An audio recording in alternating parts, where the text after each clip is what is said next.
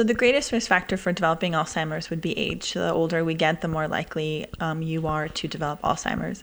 A second risk factor would be genetics. So there are a gene for ApoE, and some people are ApoE2, some are 3, some are ApoE4, and we know that the ApoE4 gene confers a higher risk for developing Alzheimer's. So if you have one ApoE4 gene, you're about 3 to 4 times more likely to develop Alzheimer's, and if you have two, then two copies of the ApoE4 gene, about 12 times higher. So just, with my history and my grandfather's Alzheimer's, I'm always curious what genetic status I have, but because there's no treatment option for it right now, it doesn't even make sense to know. So ignorance is bliss, I guess, in this scenario. And then, of course, a healthy lifestyle. So, what's good for the heart is good for the brain. And so if you are a smoker, obviously that's going to make you higher risk of developing Alzheimer's, overweight, obese. So you want to just, whatever is good for your heart is good for the brain. So those are ways to decrease your risk factors of developing Alzheimer's. You can definitely do things to decrease your risk of developing Alzheimer's, but it cannot be prevented at the moment.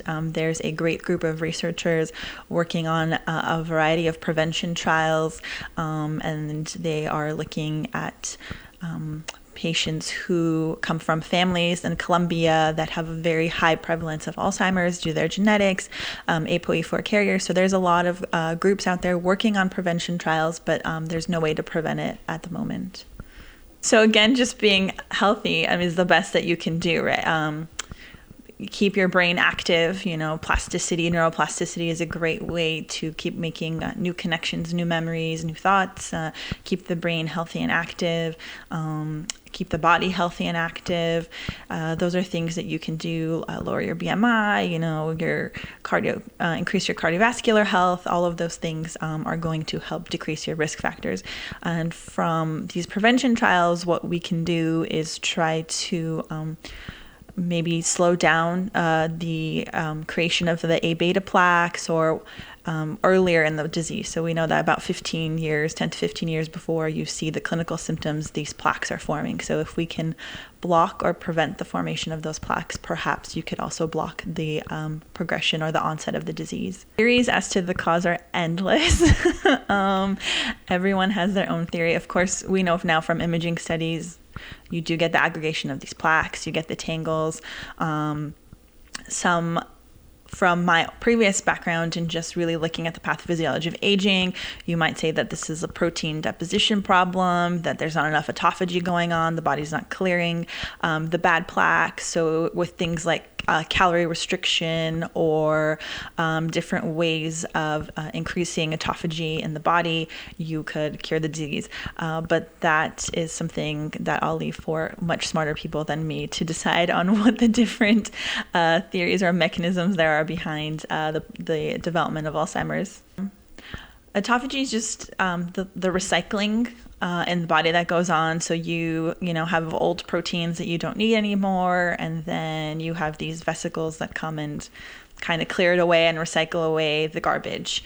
And you can imagine that the better you are at recycling away the garbage, the better your body is functioning and doing all of its normal tasks. And if your recycling system stops working, that's when you start getting maybe the deposition of these plaques or atherosclerotic plaques anywhere in the body that you stop sort of recycling things in a good way, is when you start to see pathologies develop. I would say a lot more efforts are being done on developing therapies right now than looking at necessarily the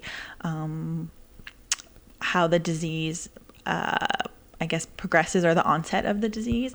But definitely A beta. You're going to hear that over and over again. There's like a tau tangle camp. There's a amyloid beta camp. There's some people who call Alzheimer's type 3 diabetes. It's a hyperglycemia in the brain.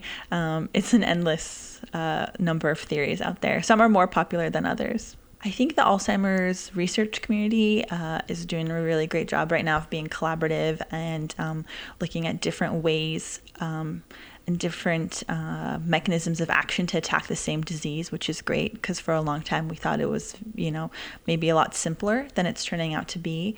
And I think there needs to be more awareness of the disease, the difference between just sort of cognitive impairment because of age and Alzheimer's, and how to really support caregivers through that, because they really have the highest burden of disease.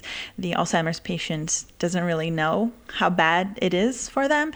It's really the caregiver that has to see this decline of their loved one, and having to see someone that they respect so much, like my grandfather in my case, who's like this, manly man, the patriarch of the family, just, kind of become someone who needed a lot more care, was hard to carry conversations with.